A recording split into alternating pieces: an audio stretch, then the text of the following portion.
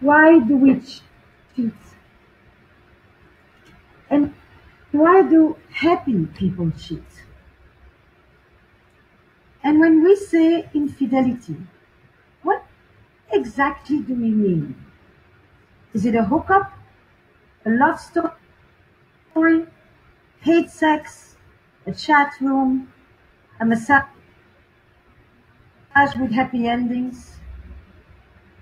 Why do we think that men cheat out of boredom and fear of intimacy, but women cheat out of loneliness and hunger for intimacy? And is an affair always the end of a relationship? For the past 10 years, I have traveled the globe and worked extensively with hundreds of couples who have been shattered by infidelity. There is one simple act of transgression that can rob a couple from their relationship, their happiness, and their very identity, an affair. And yet, this extremely common act is so poorly understood. So this talk is for anyone who has ever loved. Adultery has existed since marriage was invented, and so too the taboo against it. In fact, infidelity has a tenacity that marriage can only envy, so much so that this is the only commandment that is repeated twice in the Bible. Once for doing it, and once just for thinking about it. So how do we reconcile what is universally forbidden, yet universally practiced? Now, throughout history, men practically had a license to cheat with little consequence, and supported by a host of biological and evolutionary theories that justified their need to roam. So the double standard is as old as adultery itself. But who knows what's really going on under the sheets there, right? Because when it comes to sex, the pressure for men is to boast and to exaggerate. But the pressure for women is to hide, minimize, and deny, which isn't surprising when you consider that there are still 9 countries where women can be killed for straying. Now, monogamy used to be one person for life. Today, monogamy is one person at a time.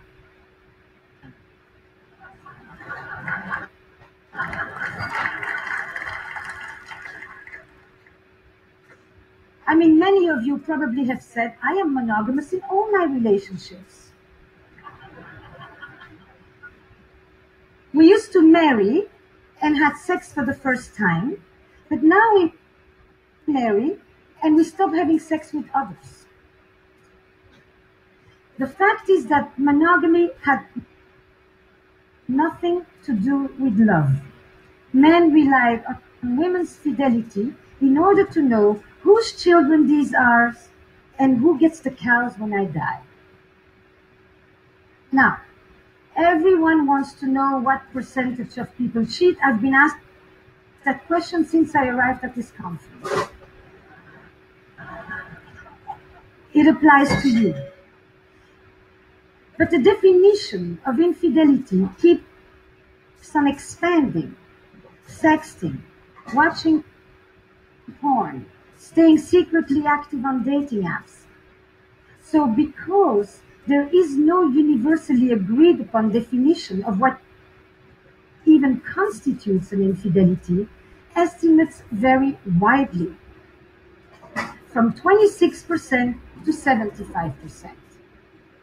But on top of it, we are walking contradictions. So 95% of us will say that it is terribly wrong for our partners to lie about having an affair, but just about the same amount of us will say that that's exactly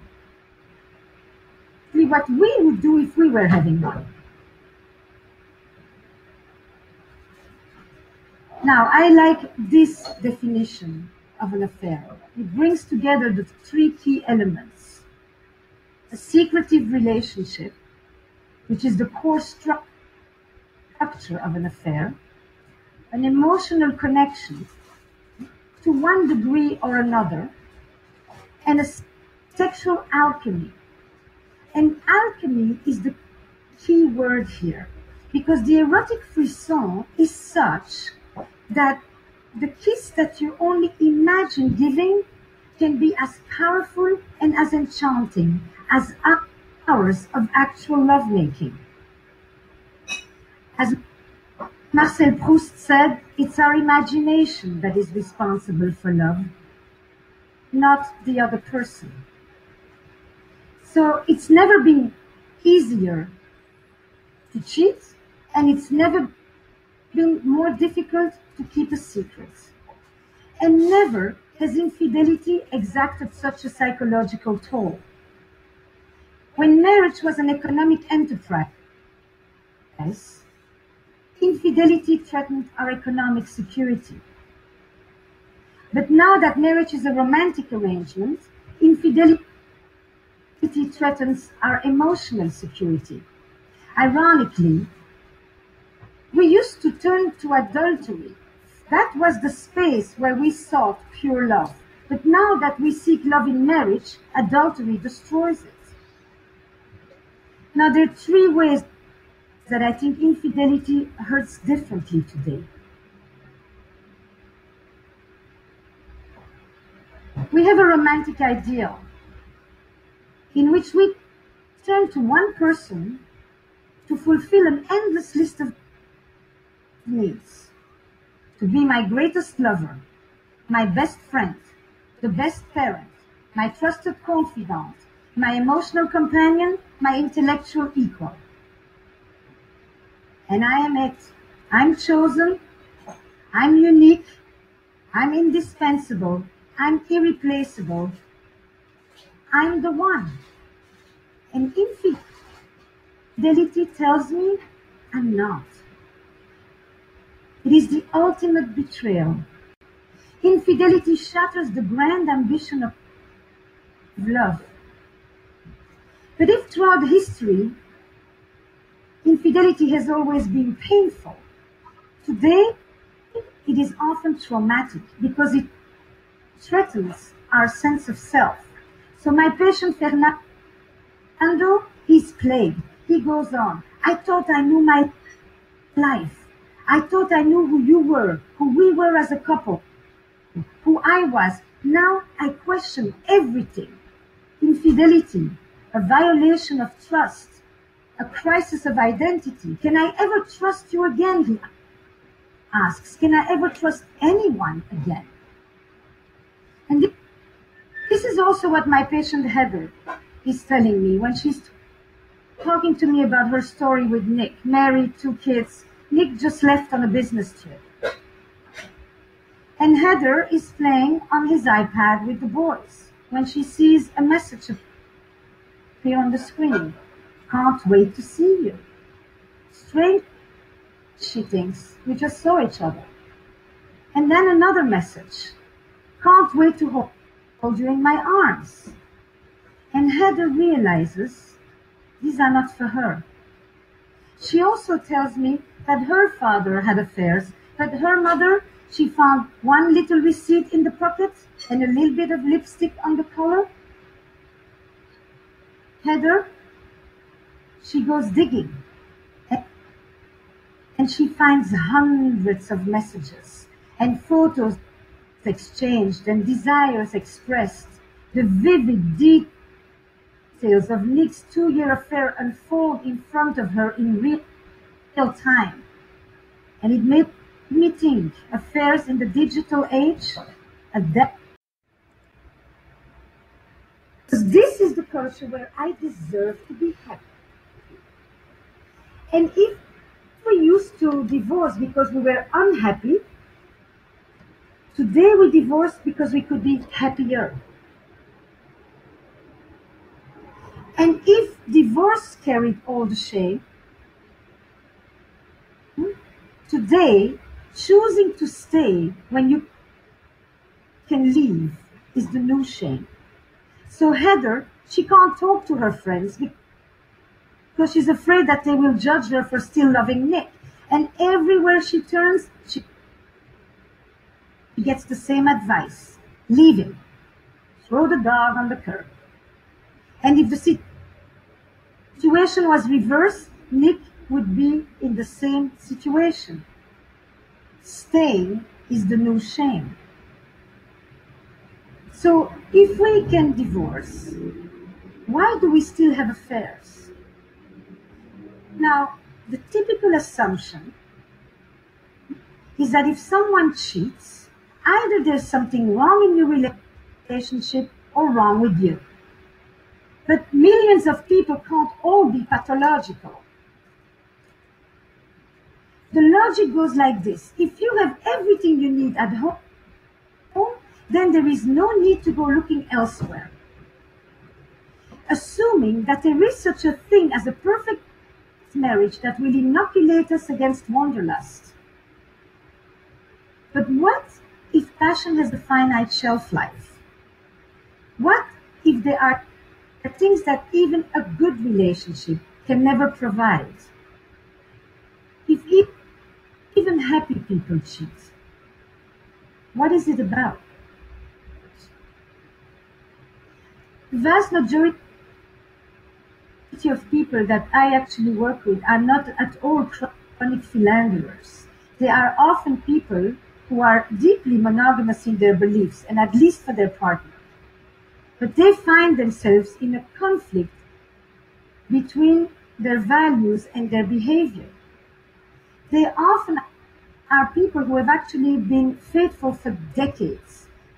But one day, they cross a line that they never thought they would cross.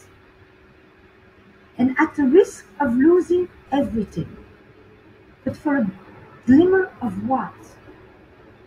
Affairs are an act of betrayal, and they are also an expression of longing and loss. At the heart of an affair, you will often find a longing and a yearning for an emotional connection, for novelty, for freedom, for autonomy, for sexual intensity, a wish to recapture lost parts of ourselves, or an attempt to bring back vitality in the face of loss and tragedy. I'm thinking about another patient of mine, Priya, who is blissfully married, loves her husband, and would never want to hurt the man. But she also tells me that she's always done what was expected of her. Good girl, good wife, good mother, taking care of her immigrant parents. Priya, she fell for the arborist who removed the tree from her yard after Hurricane Sandy. And with his truck and his tattoos, he's quite the opposite of her. But at 47, Priya's affair is about the adolescence that she never had. And her story highlights to me that when we seek the gaze of another, it isn't always our partner that we are turning away from, but the person that we have ourselves become. And it isn't so much that we're looking for another person, as much as we are looking for another self. Now, all over the world, there is one word that people who have affairs always tell me. They feel alive. And they often will tell me stories of recent losses, of a parent who died, and a friend that went too soon, and bad news at the doctor. Death and mortality often live in the shadow of an affair because they raise these questions. Is this it? Is there more? Am I going on for another 25 years like this? Will I ever feel that thing again? And it has led me to think that perhaps these questions are the ones that propel people to cross the line, and that some affairs are an attempt to beat back deadness and an antidote to death. And contrary to what you may think, affairs are way less about sex and a lot more about desire. Desire for attention, desire to feel special, desire to feel important. And the very structure of an affair, the fact that you can never have your lover, keeps you wanting. That in itself is a desire machine, because the incompleteness, the ambiguity, keeps you wanting that which you can't have. Now, some of you probably think that affairs don't happen in open relationships, but they do. First of all, the conversation about monogamy is not the same as the conversation about infidelity. But the fact is that it seems that even when we have the freedom to have other sexual partners, we still seem to be lured by the power of the forbidden. That if we do that which we are not supposed to do, then we feel like we're really doing what we want to. And I've also told quite a few of my patients that if they could bring into their relationships 1/10 of the boldness, the imagination, and the verve that they put into their affairs, they probably would never need to see. So how do we heal from an affair? Desire runs deep. Betrayal runs deep.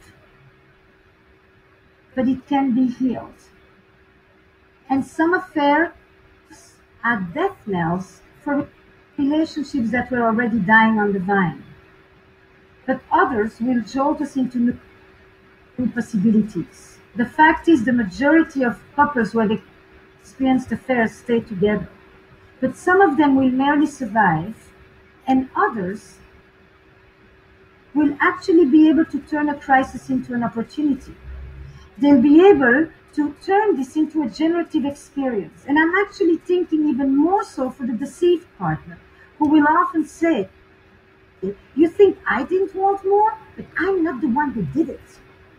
But now that the affair is exposed, they too get to claim more, and they no longer have to uphold the status quo that may not have been working for them that well either.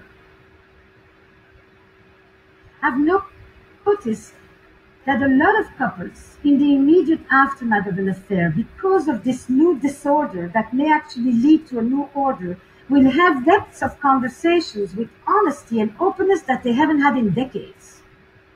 And partners who are sexually indifferent find themselves suddenly so lustfully voracious they don't know where it's coming from. Something about the fear of loss will rekindle this desire and make way for an entirely new kind of truth. So, when an affair is exposed, what are some of the specific things that couples can do? We know from trauma that healing begins when the perpetrator acknowledges their wrongdoing. So for the partner who had the affair, for Nick, one thing is to end the affair, but the other is the essential important act of expressing guilt and remorse for hurting his wife. But the truth is that I have noticed that quite a lot of people who have affairs may feel terribly guilty for hurting their partner, but they don't feel guilty for the experience of the affair itself. And that distinction is important. And Nick, he needs to hold vigil for the relationship with his wife. But the truth is that I have noticed that quite a lot of people who have affairs may feel terribly guilty for hurting their partner, but they don't feel guilty for the experience of the affair itself. And that distinction is important. And Nick, he needs to hold vigil for the relationship. He needs to become, for a while, the protector of the boundaries. It's his responsibility to bring it up. Because if he thinks about it, he can relieve Heather from the obsession and from having to make sure that the affair isn't forgotten. And that in itself begins to restore trust. But Heather, or deceived partners, it is essential to do things that bring back a sense of self-worth, to surround oneself with love and with friends and activities that give back joy and meaning and identity. But even more important is to curb the curiosity to mine for the sordid details. Where were you? Where did you do it? How often? Is she better than me in bed? Questions that only inflict more pain and keep you awake at night. And instead, switch to what I call the investigative questions, the ones that mine the meaning and the motives. What did this affair mean for you? What were you able to express or experience there that you could no longer do with me? What was it like for you when you came home? What is it about us that you value? Are you pleased this is over? Every affair will redefine a relationship, and every couple will determine what the legacy of the affair will be. But affairs are here to stay, and they're not going away. And the dilemmas of love and desire, they don't yield just simple answers of black and white and good and bad and victim and perpetrator. Betrayal in a relationship comes in many forms. There are many ways that we betray our partner: with contempt, with neglect, with indifference, with violence. Sexual betrayal is only one way to hurt a partner. In other words, the victim of an affair is not always the victim of the marriage. Now, you've listened to me, and I know what you're thinking. She has a French accent. She must be pro-affair.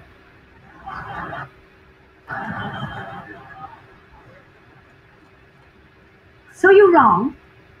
I am not French.